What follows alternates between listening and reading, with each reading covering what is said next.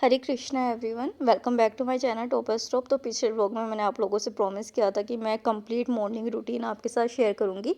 3 बजे नहीं उठ रही हूँ, 4 बजे नहीं उठ रही हूँ, 5 बजे नहीं उठ रही हूँ, 8 बजे उठ रही हूँ। ऑनेस्टली आपको बता रही हूँ, क्योंकि हम हर कोई जो है दूसरे को कॉपी नहीं कर सकता है कि इसी टाइम उठना है। पर जब भी उठेंगे अच्छी शुरुआत हम करेंगे। तो फाइनली मैं उठ के सबसे पहले भगवान को प्रे करती हूँ कि उन्होंने हमें एक और अच्छा दिन दिया जिसमें हम अपनी ग्रोथ के लिए वर्क कर सकते हैं। उसी के साथ मेरी मम्मी की दादी ना एक सुबह उठती काम क्या करती थी कि वो धरती को जो है वो ब्लेसिंग क्या करती थी, मतलब धरती को टच करती थी, क्योंकि धरती माता हमें हम पूरे दुनिया का भार उठाती है। उसी के साथ हमें अनाज देती है, जल देती है, जिससे कि हमारी ग्रोथ हो पाती है। तो उनको ग्रेटिट्यूड करना बहुत ज़रूरी होता है। उसके बाद पानी गर्म करने के बाद मैं एक बार बाहर जाती हूँ। इस टाइम मैं अपने घर को बहुत मिस करती हूँ। मेरे को सामने की दीवारें तार देख के ना मुझे यहाँ की एक अर्बन लाइफ बहुत टॉर्चरस फील होती है। और मैं यहाँ से बहुत जल्दी मूव करना चाहती हूँ वापस अपने घर में, अपने कंफर्ट जोन में।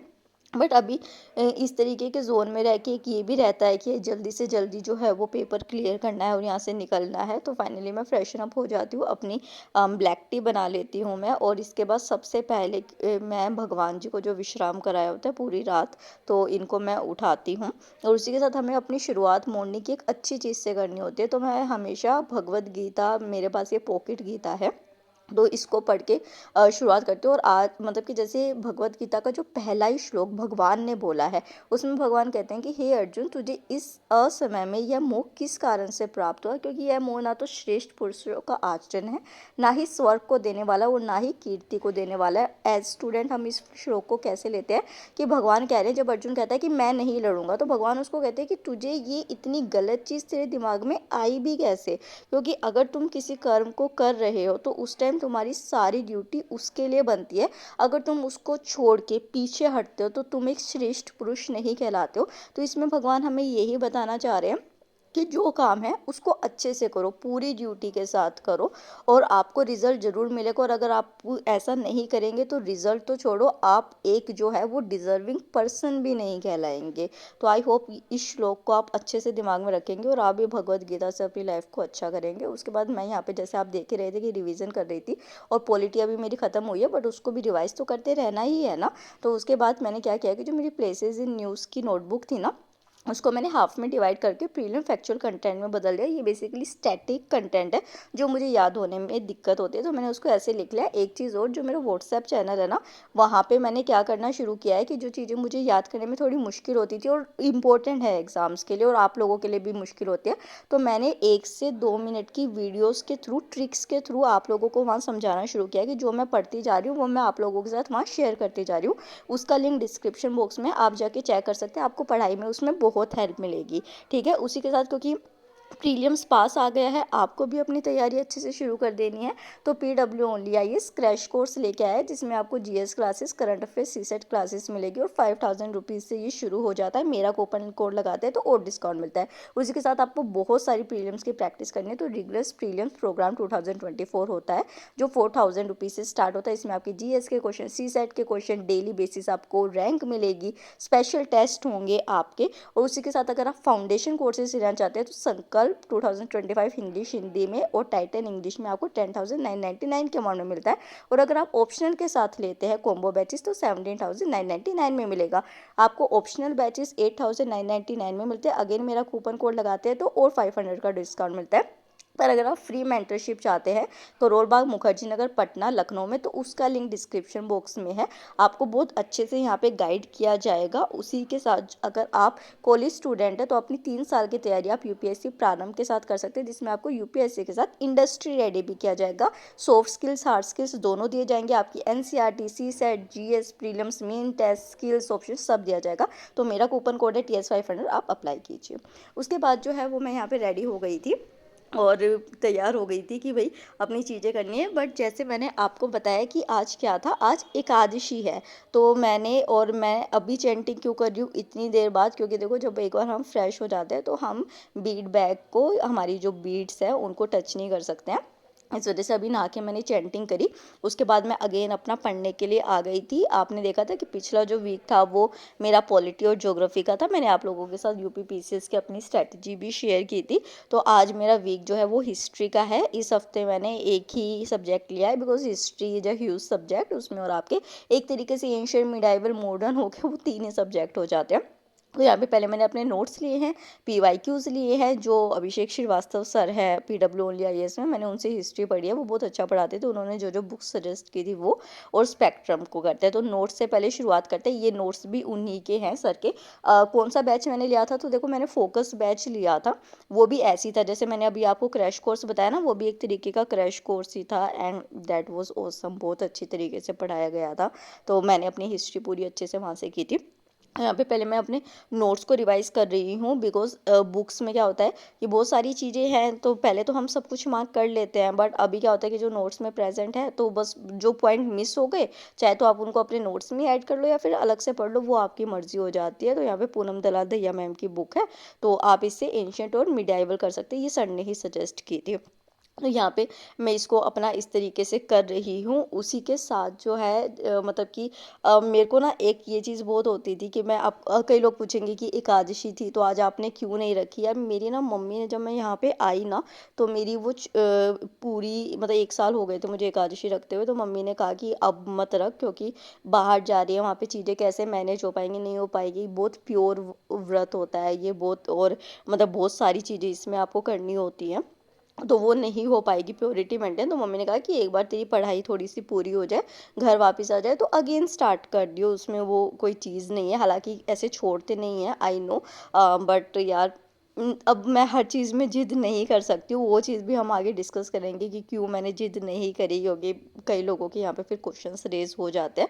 तो फाइनली मैं अपने जो पीवाईक्यूज थे उनको कर रही थी। पहले मैंने ऐसे डिवाइड किया है कि पहले मैंने एंशियंट को कर रही हूँ, मिडियाइवल को कर रही हूँ, फिर मॉडर्न को कर रही हूँ। और अब देखो मैंने सिर्फ सुबह से ब्लैक कॉफ़ी पी थी तो मुझे भूख लग गई थी, तो अभी कुछ जो है वो खाने के लिए चलते हैं और उस चीज़ को भी डिसाइड करते हैं। देखो मैंने ना बहुत चीज़ें देखी है। बहुत सारी गर्ल्स का ये कंसर्न रहता है, वो ये कहते हैं कि हमारे मतलब कि घर वाले जो है वो हमारी शादी के लिए हमको फोर्स करते हैं या पढ़ने नहीं देते हैं। तो देखो एक लेवल तक ना आपके अंदर एक रेबिलियन नेचर होना चाहिए। मतलब देखो मैं अपना पर्सनली बताऊं तो मैं ना चीज़ों को लेके बहुत एडजस्ट करती हूँ लाइफ में। कि मतलब कि ठीक है ये चीज़ नहीं हो रही है तो कोई बात नहीं।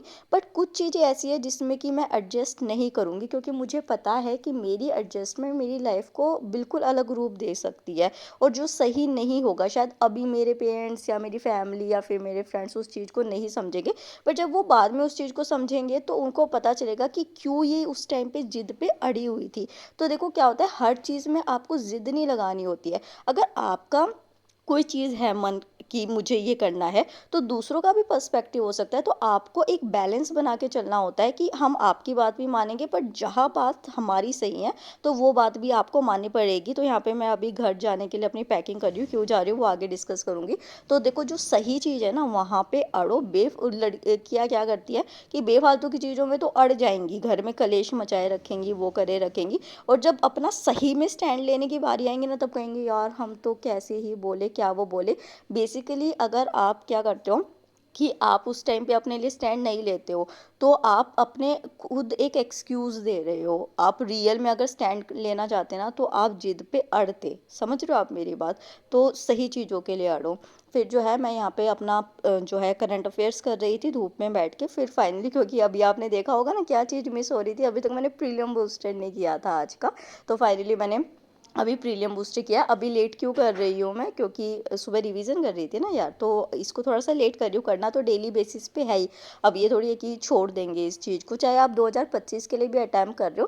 देखो जो 2025 के बच्चे हैं, जो अभी बेटा आप जैसे जस्ट स्टार्ट कर रहे हो, तो फिर आप इस तरीके से कर सकते हो कि इसको डेली बेसिस पे करो। धीरे धीरे ना आपका इंसाइट डेवलप होगा कि आपको न्यूज़ को कैसे लेके चलना है। ओनली आईएएस एक्सटेंडेड चैनल है, ऋषभ सर है, बहुत अच्छे से समझाते हैं। आप इनके एक हफ्ते लेक्चर देखोगे ना, तो आपको तो उनकी आवाज़ ऐसे दिमाग में बैठ जाएगी ना बहुत अच्छे तरीके से, और आपका कमांड एक अलग ही लेवल का हो जाएगा।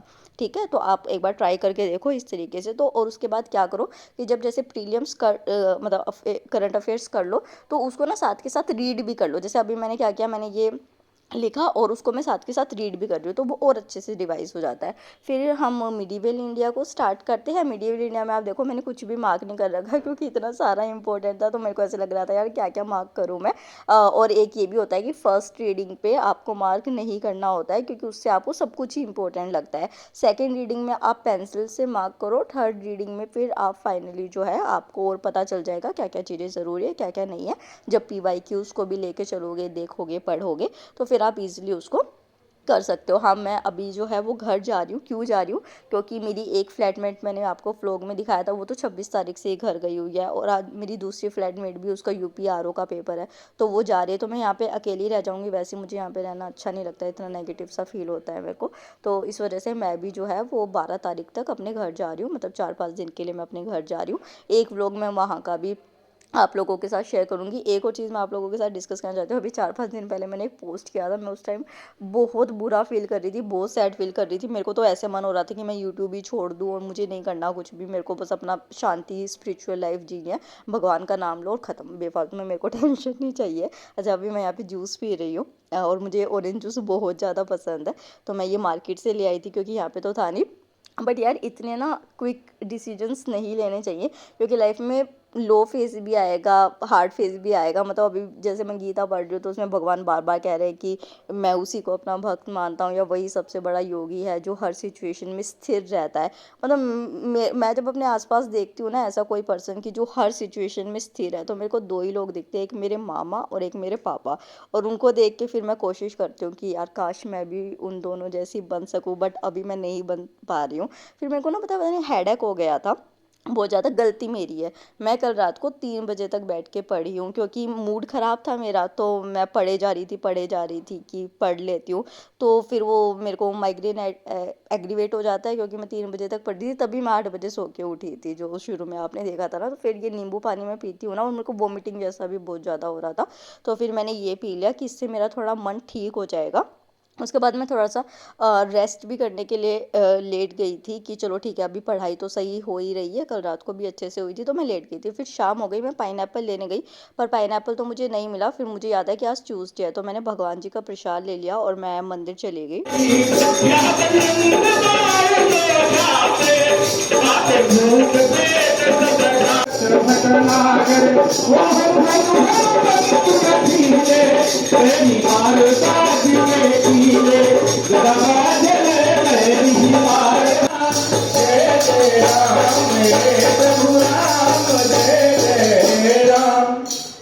तो मंदिर से आने के बाद मैंने आंवला खाया क्योंकि मेरा मन बहुत ख़राब था और मेरी तबीयत बहुत ज़्यादा ख़राब हो गई थी, मुझे बहुत ज़्यादा वॉमिटिंग भी लगी थी, इसके बाद बहुत ज़्यादा हेडेक बढ़ गया था, तो फिर मैं दवाई लेके सो गई थी। और मैं कोशिश करूँगी कि मैं लालच में ना आऊँ कि मुझे रात को पढ़ना है और मैं तमीज़ से अपनी लाइफ़स्टाइल को मेंटेन करूँ। तो थैंक यू फॉर द